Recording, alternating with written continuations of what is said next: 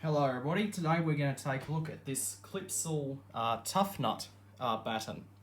Okay, so this is a weatherproof batten that I've had for probably 5 years, I guess, or probably 6. This I bought brand new from Middies. I think it was back in 2014, or was it 2015, I guess. So this is quite a cool fitting. Okay, it resembles the Philips Vanderlite, but this is a clips made by Clipsal. Okay, so now I did actually have a video of this years ago, but unfortunately that video was lost because my channel was lost. Okay, so I've been meaning to make a new video, but just haven't gotten to it. So I thought we might as well make a new video of it. Okay, so this is the tuffnut made by Clipsal. Okay, so Clipsal have had a fitting available that resembled a Philips Vanderlite. Okay, so there. Now this fitting here was originally in F18 T8, but now it's LED. Okay, so this one's an LED tube. There is also an LED strip module available, but this is an LED tube version. Okay, so yeah. So we'll take a look around. So this is our diffuser. Okay, now these are all opal diffusers. I don't really know if there was a clear version, but there probably was. Okay, you can see at the end, that's the side of it. Okay, this is the top. Okay, you have a hole in the back to run your lead through. Okay, you don't have any notches on the sides or anything, so unlike a Vanderlite where you do. Okay, the newer Vanderlites. Okay, you got your screw holes here for where you put your screws through for where you're mounting it. Okay. So yeah, so this is pretty cool, this fitting. Okay, made by Clipsal. All right, so we will open it up and take a look inside. Alright, but before I do, I guess I might as well switch it on before we take it apart. Okay, so that's it on.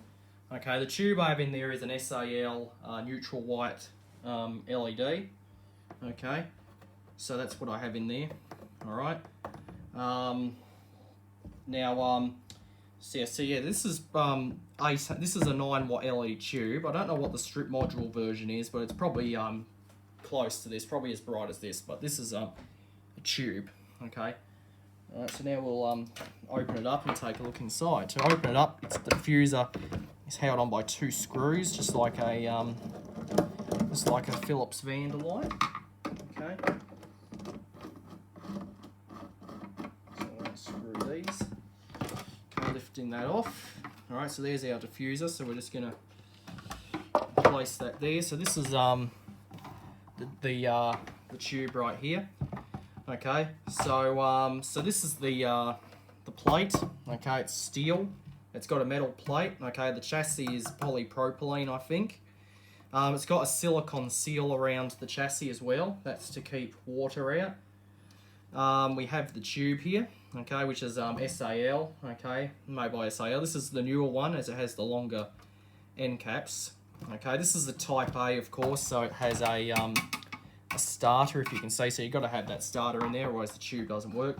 This fitting is for LED tubes only, there's no ballast. Okay, the model for this one here is CLFTUFF LT9, so that means, so that's technically Clipsal tuffnut LED tube 9-watt. Okay, I think the LED strip module is probably different. I don't really know. Okay, to be perfectly honest. Okay, it's for a 9-watt T8 LED tube, made by made by Schindler Electric CE, made in Australia. And the starter it takes is HRC fuse, Type F. Alright, so we'll take a look underneath the plate. So the plate's held on by 2 screws, right here. Okay, I'm actually seeing a lot of these around. Okay, I've seen a lot of them around. I think they're the LED strip module ones. Okay, so this, but I don't know if the LED tube ones are common, but here's what's inside here. Okay, so underneath the plate, okay, I'll just grab my screwdriver. So underneath the plate, if you can see that, we have our starter receptacle, we have our terminal block. Now the cord I have on here is only 2 double insulated. I didn't have an earthed cord in handy, so I wish I did, but unfortunately I don't. We have the lamp holders here. Okay. Now these holes you see here, these extra holes next to the starter receptacle. Let me just put this back up on. Okay, and I'll take the tube out. Okay. So these holes you see here are for where a capacitor would go if it had a fluorescent tube in it. The extra holes here are for a ballast, okay? But since it doesn't have any of that, those holes are not being used. All right, so that's all that's inside the chassis. So it's not much inside, okay? But I do believe you can put photo cells and stuff on this as well. So if you want to put a photo cell on it, you can. All right, so but I think. But most of them would probably just be running on timers or one big photo cell, like one of those HPM photo cell units like I've shown you before. Okay, because those are quite popular. Alright. But this is just the tuffnut made by Clipsal, which is popular as well. Okay. My old school is actually getting some of these. Alright, so this one I bought brand new from Middies. Alright, so I'll plug it in. Alright, so I'll turn it on. That's what it looks like without the diffuser on. Okay, so that's without the diffuser on. All right. I don't really know if you could get a clear diffuse, but I do believe you can. Okay, but the LED strip module one would probably be opal only because you don't want to be seeing the LED strip module. I'm pretty certain the LED tube you can probably get clear diffuser.